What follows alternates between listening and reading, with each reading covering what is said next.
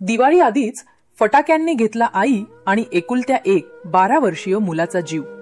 होय मित्रांनो, ही सत्य घटना नागपूरमधील दामसूद या गावात घडली आहे. तर नागपूर जिल्ह्यातलं दामसूद गाव हिरवाईनं नटलेलं, शांत आणि सुंदर.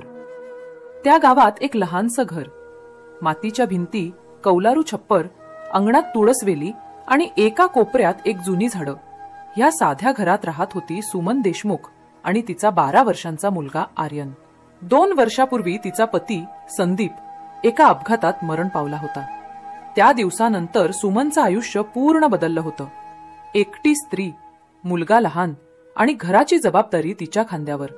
पण सुमन हार मानणारी नव्हती. ती रोज मराठी शाळेत जेवण बनवायचं काम करायची. त्यात तिला 7 ते 8 हजार रुपये मिळत होते आणि त्या पैशात ती घर चालवायची. आर्यन तिच्या जगण्याचं कारण होता. सुमन नेहमी म्हणायची, माझं सगळं काही जर कोणी असेल तर तो माझा आर्यन. बाकी जग मला काही देतं का घेतं मला फरक पडत नाही. आर्यन देखील आईवर जीव ओवाळून टाकायचा. आई आणि मुलगा दोघेही एकमेकांचे जिवलग मित्र होते. सकाळी सुमन शाळेत जायच्या आधी त्याला तयार करून शाळेत पाठवायची. संध्याकाळी घरी आल्यानंतर दोघे एकत्र चहा घेत बसायचे, गप्पा मारायचे आणि रात्री अंगणात बसून आकाशातल्या ताऱ्यांकडे बघायचे. आई, बाबाही तिथंच आहे का? आर्यनने एकदा आकाशाकडे बोट दाखवत विचारलं होतं. सुमनने डोळे पाणावले. हो बाळा, तुझा बाबा तिथून आपल्याकडे बघतोय. तू अभ्यास कर, त्याला अभिमान वाटेल. आर्यनने मान डोलावली. तो अभ्यासात चांगला होता, पण खेळात आणखीनच हुशार. त्याला फटाके वाजवायची खूप आवड होती. दरवर्षी दिवाळीत तो सगळ्या मित्रांपेक्षा आधी फटाके आणायचा आणि शेवटी वाजवायचा. त्या वर्षी दिवाळीची शाळेला सुट्टी लागली होती. हवेत एक वेगळाच उत्साह होता. शेजारचे मुलं फटाके आणत होती. कोणी अनार, कोणी चाकरी, कोणी रॉकेट. आर्यन रोज त्या सगळ्यांना पाहून उत्सुक व्हायचा. एका सकाळी तो धावत आईकडे आला. आई, आज आपण फटाके आणायला जाऊया ना? सगळ्यांकडे आहेत, माझ्याकडे काही नाही. सुमनने हातातील पाटली ठेवत म्हटलं, हो बाळा, जाऊया. पण आठव ठेव, आपल्याकडे फार पैसे नाहीत. थोडक्यात घेऊ, ठीक आहे? हो आई, पण मला ते मोठे फटाके हवे, जे आकाशात जातात. सुमनने हसत त्याच्या गालावर हात फिरवला. ते खूप महाग असतात रे. छोट्यांपासून सुरू करूया. आर्यनचा चेहरा उतरला. पण सगळे मित्र तेच लावतात. आपण सगळ्यांसारखं नाही करत बाळा. आपल्याला जेवढं शक्य आहे तेवढं करतं. लक्षात ठेव, आनंद पैशात नसतो, तो मनात असतो. त्या दिवशी दोघे गावातल्या छोट्या बाजारात गेले. तिथं गजबजाट होता. फटाके विकणारे दुकानदार ओरडत होते, मुलं हसत खेळत होती आणि हवेत फटाक्यांचा हलका वास होता. सुमनने फटाक्यांचा एक छोटा पॅक घेतला. अनार, फुलबाजे आणि काही पोट फटाके. आर्यनने मात्र दुसऱ्या दुकानात एक मोठं रॉकेट पाहिलं. त्याच्या डोळ्यांत चमक आली. आई, हे घ्यायचं मला. सुमनने किंमत विचारली. 2000 रुपये. ती घाबरली. तिच्या पर्समध्ये फक्त 1000 रुपये होते. त्यातच घराचा सामान घ्यायचं होतं. आर्यन, हे खूप महाग आहे रे, छोटा घेऊया. आई प्लीज, शेवटी एकच मोठा फटाका घेऊ ना. सुमनने त्याला समजावत म्हटलं, नाही बाळा, सध्या नको. तू अजून लहान आहेस.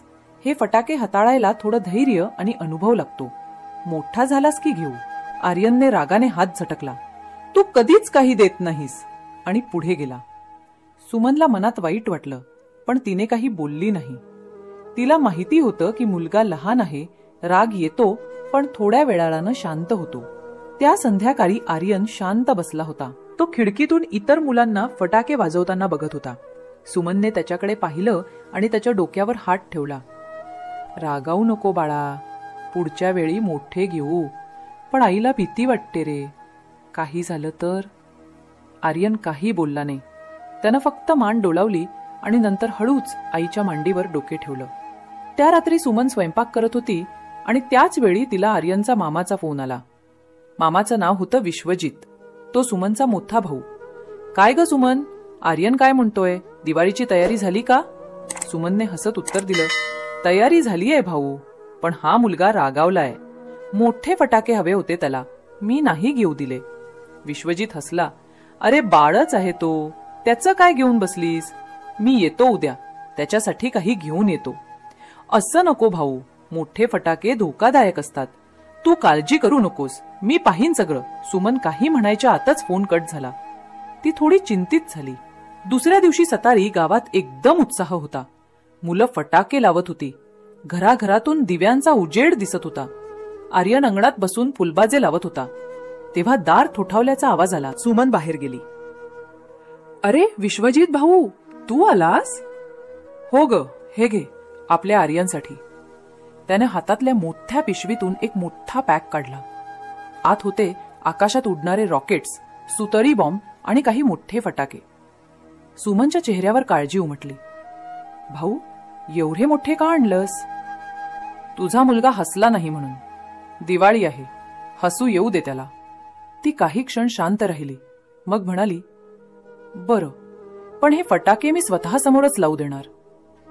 त्या क्षणी आर्यन घराबाहेर आला आणि मामाकडे पाहून आनंदाने उड्या मारल्या. मामा, खरंच माझ्यासाठी आणलेस? हो रे शहाण्या, बघ किती छान आहेत. आर्यनचे डोळे चमकले. तो फटाके उचलत म्हणाला, आई बघ, आता मी हे आकाशात उडवणार. सुमनने थोड्या भीतीने म्हटलं, आर्यन अजून नाही, आधी जेवण कर, मग मी सांगते तसं करायचं. त्या रात्री घरात सणासारखं वातावरण होतं. घरातले दिवे लावले होते, अंगणात कंदील लटकत होता आणि आकाशात चंद्र प्रकाशमान होता. आर्यनच्या चेहऱ्यावर आनंद आणि जिद्द होती. आई, आता लावू का? थांब रे, मी जेवण करून घेते. ती किचनमध्ये गेली. गॅसवर भाजी शिजत होती आणि सुमन तिचं लक्ष त्याच्याकडे ठेवत होती. आर्यन, हाताळताना काळजी घे, मी येते लगेच. ठीक आहे आई, त्याने उत्तर दिलं. पण त्याच्या मनात वेगळं काही सुरू होतं. तो विचार करत होता, आई नेहमी भीती दाखवते. मी मोठा झालोय आता, मला येतं सगळं. तो मोठा फटाका घेऊन अंगणात गेला. त्या रॉकेट सारख्या फटाक्याला त्याने जमिनीवर काठीने टेकवलं आणि माचीस पेटवली. जसं आग लागली तसं रॉकेट पेटलं. तेवढ्यात तो रॉकेट खालीच कोसळलं. आर्यन घाबरला. आई! तो ओरडला आणि धावत किचनकडे गेला. सुमनने मागे वळून पाहिलं. काय झालं? तेवढ्यात घराच्या दरवाजातून तो फटाका आत शिरला आणि गॅस जवळ जाऊन मोठ्याने फुटल्यामुळे आणि गॅस चालू असल्याने गॅस सिलेंडरने पेट घेऊन लगेचच त्याचा मोठ्याने स्फोट झाला. हे सर्व काही क्षणातच घडले.